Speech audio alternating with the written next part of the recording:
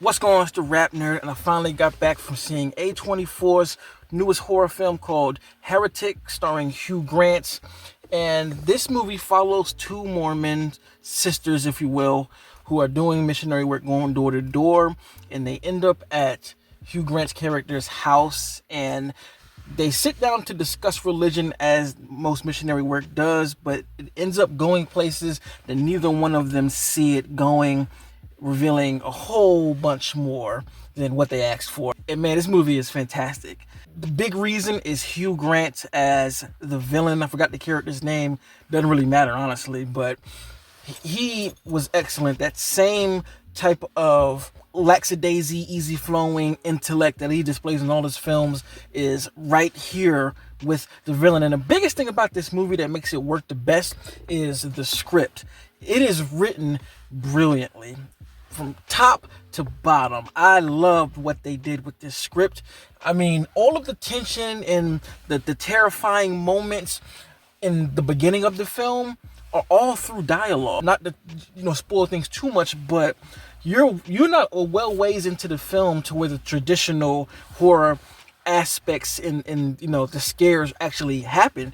Before that point, it's all just built through conversation, and what the camera captures is a bunch of small things paired with the dialogue that works. And I feel like you have to have confidence in the script to write it this way, because if it didn't work, this movie would definitely be boring as hell from the beginning.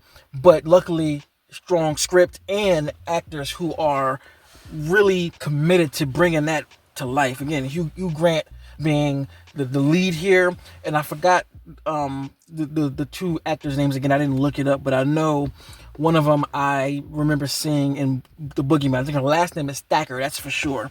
But everybody did an incredible job with the performances here to boost this script up, man. As I mentioned, the tension and the terror is all through conversation and dialogue, like in the first third or even half of the film, and it just builds and builds and escalates, because it's one of those things where you already know that this is going to go bad. You see everything written on the wall, like this is not going to go good, but it's hard for me to explain because I don't want to spoil anything, but it just builds the terror in such a clever way, where characters will notice little things and kind of ignore it. They'll see something here and just be like, they may react with their facial expressions but won't say much.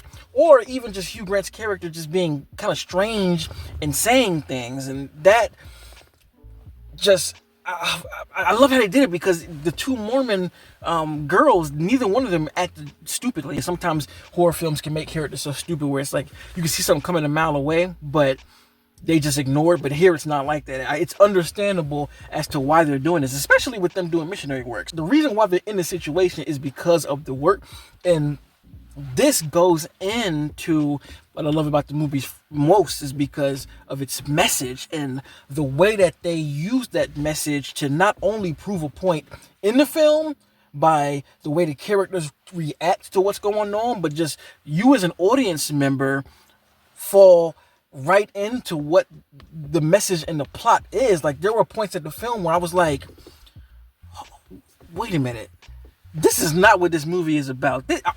Are we really here?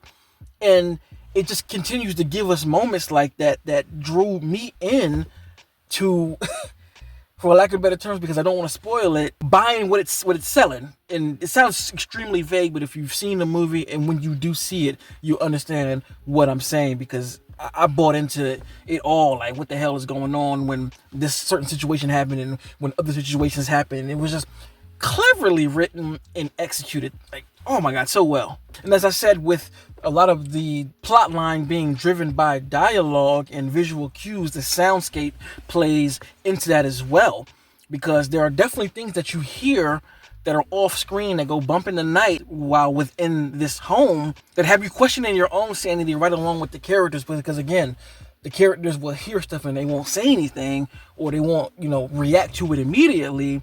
One might notice it and you'll see it written on their face, and the other one to keep it pushing, which yet again was a product of the great script. Because man, I'm telling you, I can't say that because it's going to be spoiling it. I think both of the actresses who played the Mormon sisters, and they're not really sisters, but they call each other sisters if you don't know about the religious aspect of that. So I'm referring to them as sisters because they even call each other that. But their performances were so outstanding, and it's one of those things that as the reveals happen, you're left with so much to rewatch to see it in plain sight, and I love when films do that. And it just does something outstanding with both of these characters that, yet again, I don't want to spoil because it threw me for a loop. Jaw dropped on certain points because I was like, oh shit, like, this is what we're doing?